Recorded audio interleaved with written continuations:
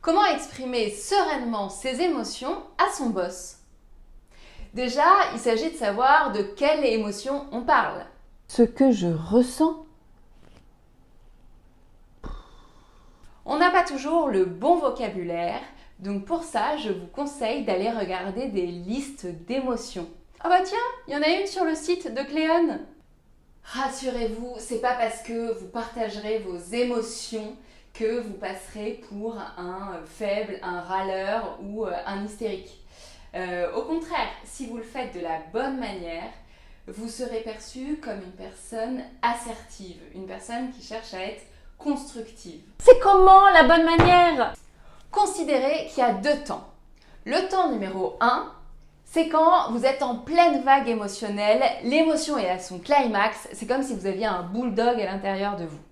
Donc clairement, à ce moment-là, il ne s'agit pas de communiquer, mais vraiment de prendre conscience de ce qui se passe et de faire quelque chose qui vous fait du bien pour apaiser votre émotion, comme crier.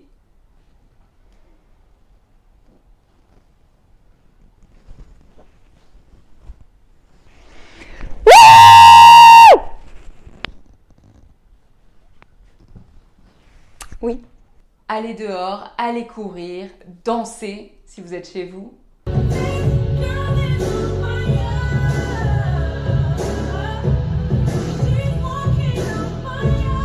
Cette étape est indispensable pour aborder sereinement le temps 2. Alors, quel est le temps 2?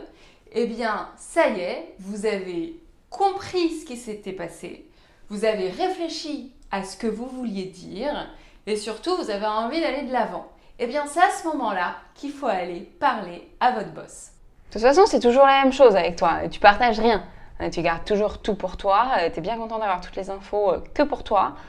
Non, on va éviter le ton accusateur, tout simplement parce que vous le mettriez dans une position où il devra contre-attaquer.